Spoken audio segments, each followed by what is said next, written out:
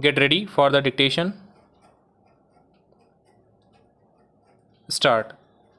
The record revealed that the state government was seized with the issue as to whether, after the order of the hearing authority dated 25/4/2008, publication of the modified scheme was required as per law or not, but, no final decision could be taken in this regard, and ultimately, as per the note sheet dated 31/5/2013, the state government proposed to cancel/withdraw the proposal for modification of the scheme dated 5/8/2005, but no final decision could be taken even on this issue, and the matter remained pending, awaiting the opinion of the legal remembrancer in the matter. Stop para.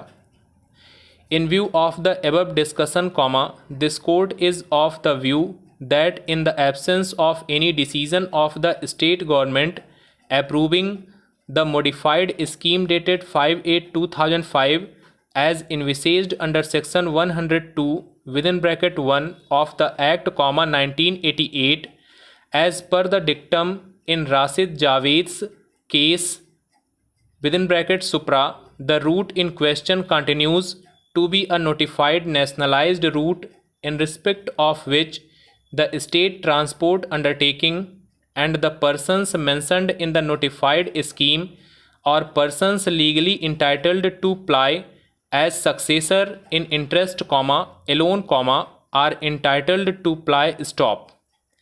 It being so, the rejection of the application of the opposite parties for grant of permit on the said route on the ground of it being a nationalized route did not suffer from any error, and it would not be amenable to an appeal under section 89 of the Act, 1988. Stop.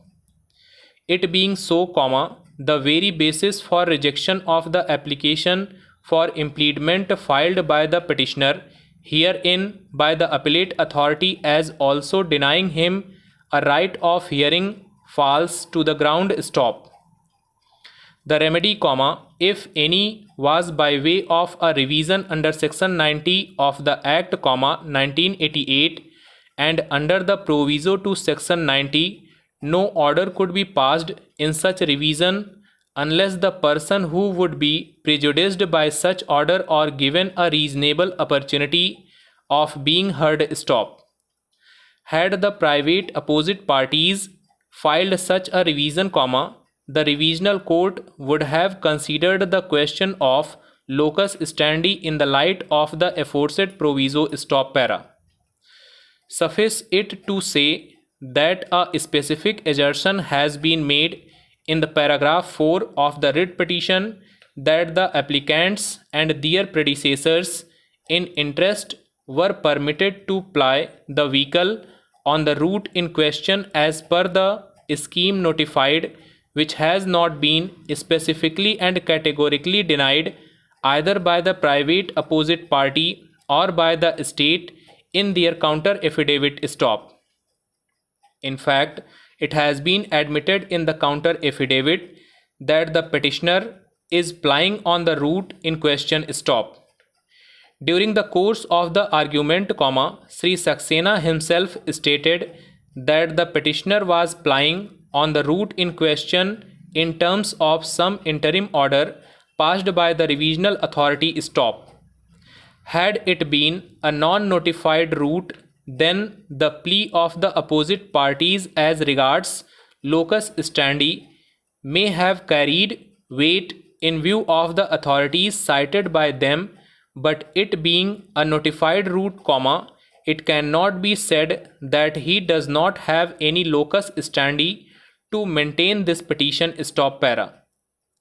Sri Ashok Khare, senior advocate, assisted by Sri J.P. Singh, advocate, submitted that in the present case, learned single judge has transgressed and overstepped his jurisdiction at the point of time when he has proceeded to allow the writ petition, and to substantiate this fact it has been sought to be contended that in spite of the fact that Parliamentary Act, namely Act number 2 of 2005, was not even under challenge as amended by Act number 18 of 2006, the same has been in effect altered, in view of this, the appeal in question deserves to be allowed, and especially in the peculiar backdrop of the case that Dr. Madan Kumar Bansal has no concern with the society and the institution. Stop para.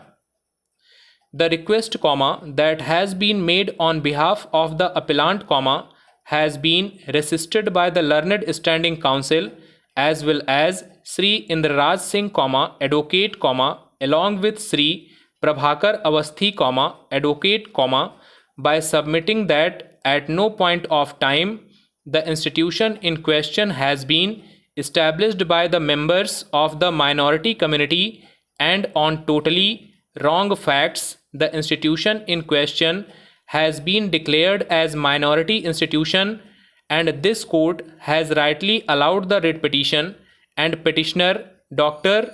Madan Kumar Bansal has full locus to assail the validity of the action, so taken. Stop.